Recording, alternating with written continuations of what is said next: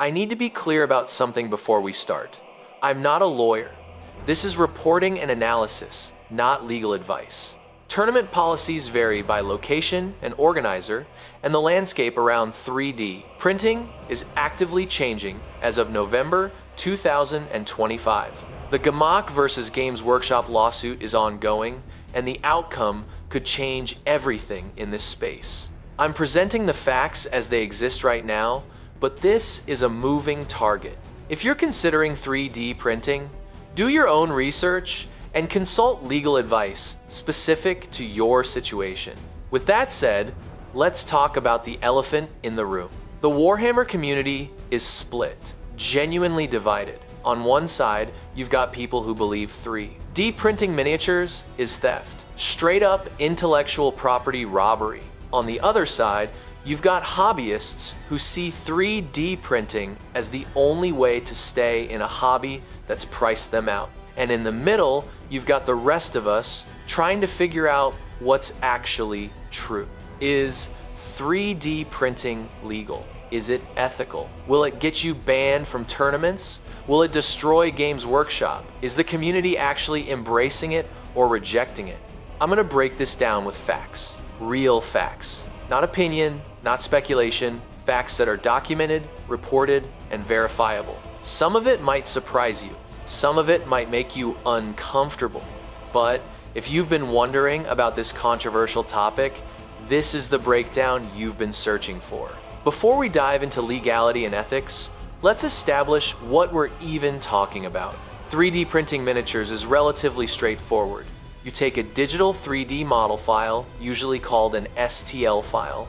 You upload that file to a printer.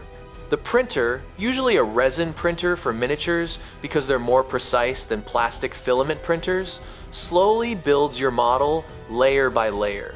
Each layer is incredibly thin. We're talking 0.025 millimeters per layer. That means you can get genuinely fine detail. The printer cures the resin as it builds, and within a few hours to a day, you have a physical model. You then do post-processing. Wash it, cure it, clean it up, prime it, paint it, and you've got a miniature. The cost, the material itself, the resin costs, somewhere between $0.20 and $0.40 per miniature, depending on size and complexity. The printer itself ranges from $200 for a basic entry-level model to $3,000 plus for professional grade equipment. So if you print 20 miniatures, you've basically paid for the printer. After that, nearly everything you print is profit in terms of material cost. Compare that to Games Workshop pricing. A single character model costs $45, $55. An infantry squad of 5 costs $30, $40. A full starter army can run $150, $300. This is why 3D printing is appealing. The math is stark. Now let's tackle the question everyone wants answered. Is it legal? The answer is, it depends. I know that's frustrating, but it's the truth. And let me explain why.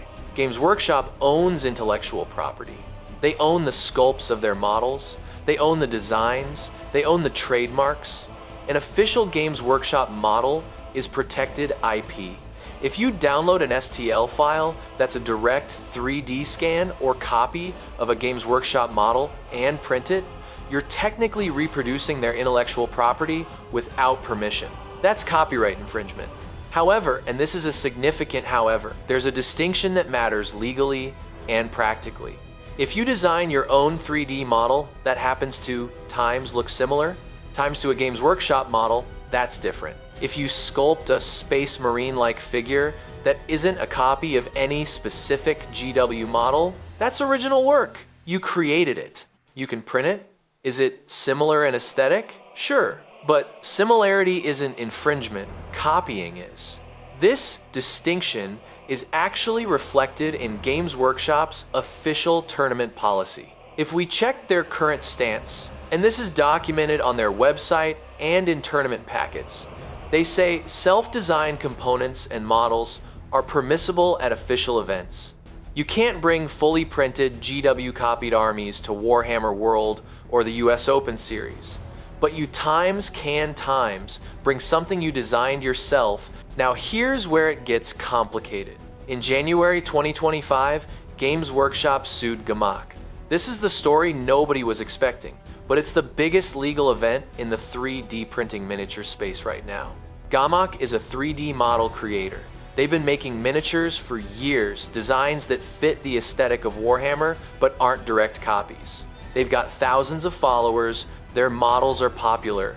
Then, in January 2025, Games Workshop filed a lawsuit. But here's the unusual part. The lawsuit doesn't actually accuse Gamak of copyright infringement. It accuses them of unfair competition. This is where it gets legally wild. The argument, as reported in the Spiky Bits coverage of the case, is essentially that Gamak is making models that are compatible with Warhammer games, even though they're not copies, even though they're original designs. GW is claiming that making miniatures that can be used with Warhammer rules is itself unfair competition. If that argument wins in court, it could mean that any creator making alternate miniatures, proxy models, generic stand-ins, anything that could theoretically be used in a Warhammer game could be sued. According to Gamak's account of events, the timeline went like this. In early 2023, Games Workshop reached out to various creators about copyright concerns. Most were given specific feedback. Change this model, rename this, adjust that.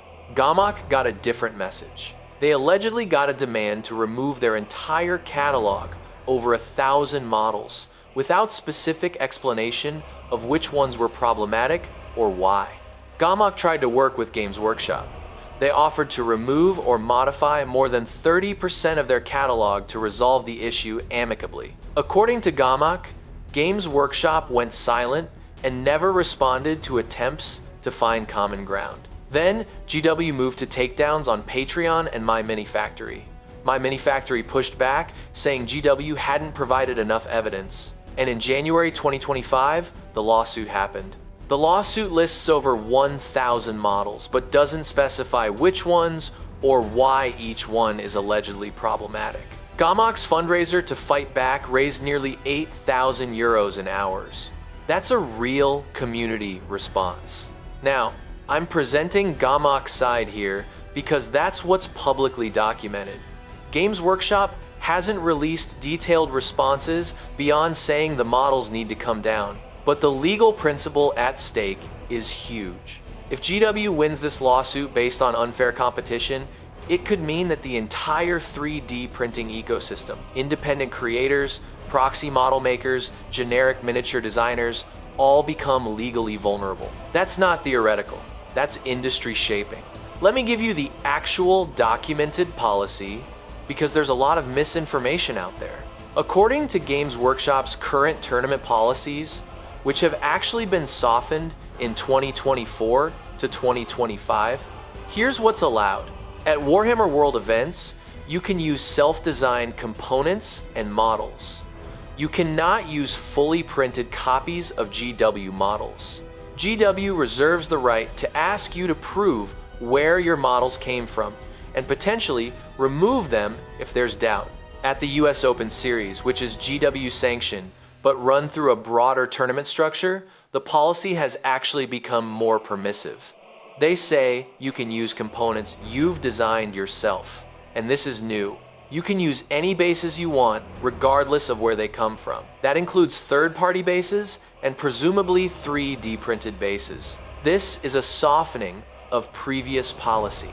A few years ago, GW was much stricter about the 100% GW rule for bases. The fact that they've explicitly allowed alternative bases suggests they're at least accepting that the ecosystem is changing. But let me be clear. The tournament policy and the legal landscape are two different things. Just because GW allows something at their tournaments doesn't mean it's legally protected if you use it for commercial purposes or if someone challenges you outside of tournament play. This is where a lot of people get 3D printing wrong. They assume you save money immediately. You don't. Let's do the math. Printer investment, $300, $600 for a solid entry-level resin printer. Elegoo Saturn 4 Ultra is a popular recommendation in the $300 $400 range. If you go professional Formlabs, Form 4, you're looking at $3,500 plus. Material cost per miniature, $0 and 20 cents 0.4 inches resin. Payback point, with a $300 printer and $0.30 per model in material, you break even after printing about 1,000 miniatures. That's a lot of printing. Compared to Games Workshop, Infantry Squad, 5 models.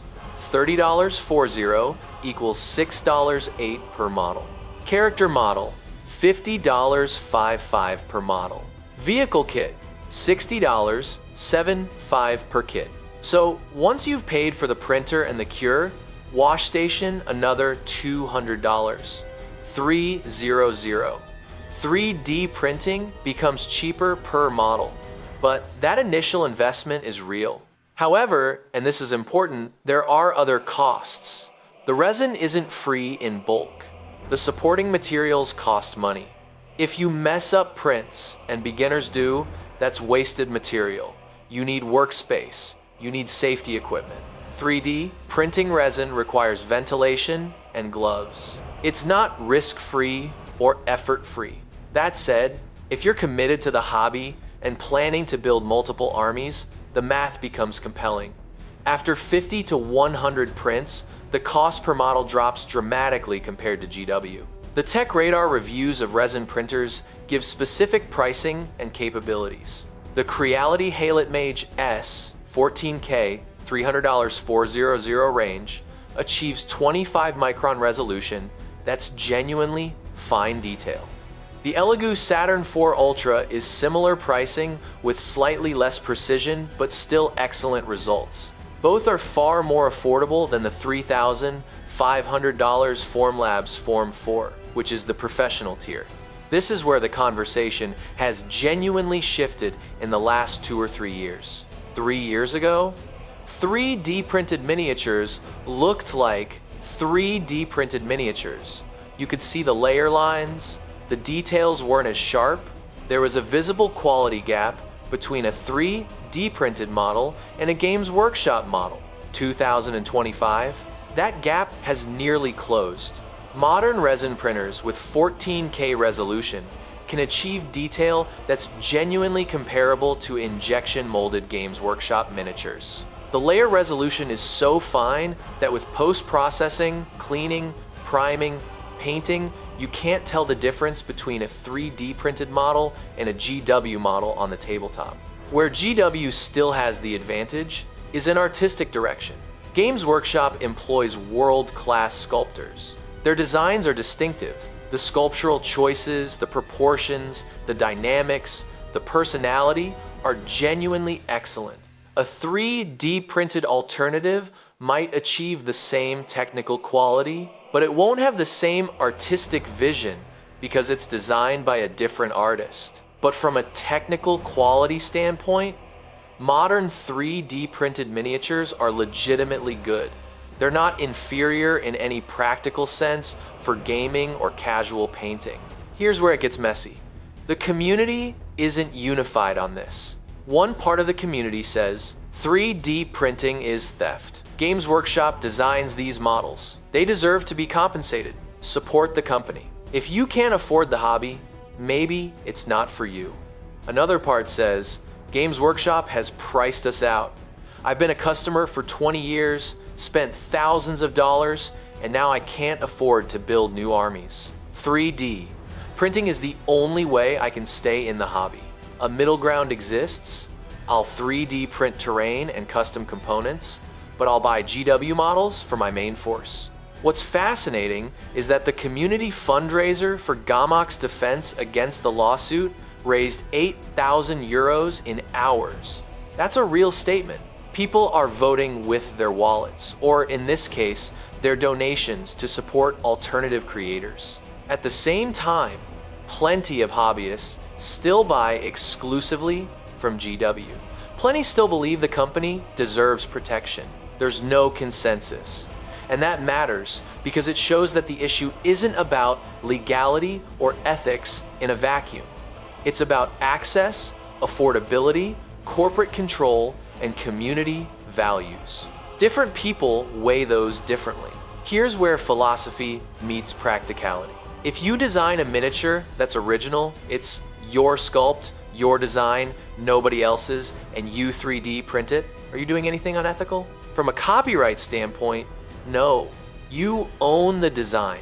From an ethical standpoint, the question becomes, are you making a model that's specifically designed to be compatible with Games Workshop, thereby potentially cannibalizing their sales? That's the argument in the Gamok case. Even though Gamok makes original designs, GW argues that they're making models designed to compete with Warhammer in Warhammer's game ecosystem. Is that unethical? I think that depends on your perspective. If you believe companies have the right to monopolize their game spaces, then yes, making compatible alternatives is arguably unethical competition. If you believe people have the right to use whatever models they want in their own games, then no, it's not unethical. It's creative freedom. Games Workshop would argue that their investment in design, manufacturing, and community building justifies some degree of control over the ecosystem. That's not unreasonable. They did invest millions in creating the 40K universe. But hobbyists would argue that after they're priced out of buying new models, they should have the right to 3D print alternatives for personal use without legal threats. I don't think there's an objectively correct answer to this ethical question. It's a values question, and people's values differ. This is the practical question a lot of people ask. Based on current documented policy, no, if you follow the rules. At GW-sanctioned events, if your models are self-designed, even if they're 3D printed, you're technically compliant. You can bring them. The tournament organizer might ask you questions. They might ask you to prove they're self-designed, but the policy doesn't explicitly ban them. At casual games with friends, almost nobody cares. You can show up with any miniatures you want. The hobby is about having fun, and most casual players don't police model sources. At independent tournaments, policies vary wildly. Some are strict, some don't care at all. The best approach is to ask before you show up. Asterisk, asterisk. However, asterisk, asterisk, and this is crucial, the Gamok lawsuit could change this. If GW wins the lawsuit based on unfair competition, they might leverage that to push stricter policies at tournaments. They could argue that allowing 3D printed models at their events facilitates unfair competition. The legal outcome could reshape what's allowed. As of right now, in November 2025, you're not going to get banned for bringing self-designed 3D printed models to a tournament. But that situation could change depending on how this lawsuit resolves. The short answer, probably not. Games Workshop's financial performance in 2025 has been strong. They're still profitable, they're still growing, though the growth has slowed compared to previous years. Henry Cavill's Amazon deal brought in new players. Space Marine 2's success drove interest in the hobby. 3D printing hasn't killed Games Workshop. Recasters and alternative miniatures have existed for decades, and GW survived all of that. What 3D printing has done is made it easier for people to opt out of paying GW's prices. It's made it possible for hobbyists to build armies without spending $500 It's given people choice. That's not good for GW's profit margins, but it's not an existential threat. What could become an existential threat is if Games Workshop keeps raising prices while simultaneously pushing people toward alternatives. Every price increase converts some portion of the customer base into either 3D printer users or people who stop playing entirely. The real risk to Games Workshop isn't 3D printing. It's that they keep pricing out their customer base while simultaneously fighting alternatives with litigation instead of competing on value. Based on the evidence, I think 3D printing is going to become increasingly normalized in casual play while remaining contentious in competitive spaces. Games Workshop will probably continue to enforce their tournament policies strictly. They'll likely use the Gamak lawsuit, win or lose, to shape the legal landscape in their favor. They'll argue that they have the right to control the ecosystem around their games. The 3D printing community will continue to grow. More people will get printers, quality will improve, costs will decrease, and the barrier to entry for casual hobbyists will continue to drop. Somewhere in the middle, there will be tension. People using 3D printed models in casual games, Games Workshop trying to enforce stricter policies, independent designers trying to navigate IP law. The honest truth is that both sides have legitimate points. Games Workshop deserves compensation for the IP they created. Hobbyists deserve affordable access to a hobby they love. These things can both be true. I'm not going to tell you that 3D printing is clearly right or clearly wrong. It's neither. If you're 3D printing exact copies of Games Workshop models for competitive play, that's copyright infringement, and you're not doing it in good faith. If you're 3D printing terrain for casual games, or original designs that fit your aesthetic, or models for personal use, I don't think you're doing anything unethical. If you're running a business selling 3D printed GW compatible miniatures, you're operating in a legally gray area, and the Gamak case is teaching us that's risky. If you can afford Games Workshop and want to support them, that's valid. The models are good. The company has created something worth supporting. If you've been priced out and 3D printing lets you stay in the hobby, I understand that decision. What I won't do is pretend there's a simple answer here. The legal landscape is complicated. The ethical landscape is complicated. The community is divided for real reasons. What matters is that you understand the facts, understand the risks, and make an informed decision about your hobby. If you want to dive deeper into this, first, look at the Spiky Bits coverage of the Gamak lawsuit. That's the most comprehensive reporting on the case right now. They've got the actual details of what happened, what both sides are claiming, and what it could mean for the hobby. Second, check Games Workshop's official policy page.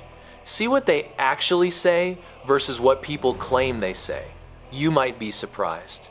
Third, if you're interested in 3D printers themselves, TechRadar has tested dozens of resin printers for miniatures. They've got specific recommendations, pricing, and specifications. The Creality Halot Mage S 14K and Elegoo Saturn IV Ultra are solid budget options. The Formlabs Form 4 is the professional tier. Fourth, if you're thinking about 3D printing, understand the costs. Not just the printer, the resin, the wash station, the cure station, the workspace, the safety equipment. Do the full math before you commit. Finally, make your own decision. Not based on what people online tell you, not based on what either side of this argument is telling you, based on your values, your budget, and your understanding of the risks. 3D printing is here. It's not going anywhere. Games Workshop can sue Gamak. They can enforce tournament policies, but they can't uninvent the technology. They can't undo the fact that printer prices have dropped and quality has improved. The question isn't whether 3D printing will exist in the future. It will. The question is how the community, the legal system, and Games Workshop are going to adapt to a hobby landscape where alternatives are available. That adaptation is happening right now. The Gamak lawsuit is part of it. The policy softening around bases is part of it. The rising prices driving people toward alternatives is part of it. None of this is resolved. We're living through the reshaping of the Warhammer miniatures ecosystem right now. All I'm asking is that you understand the facts, understand the complexity, and make decisions that align with your values, not with what you're told to do.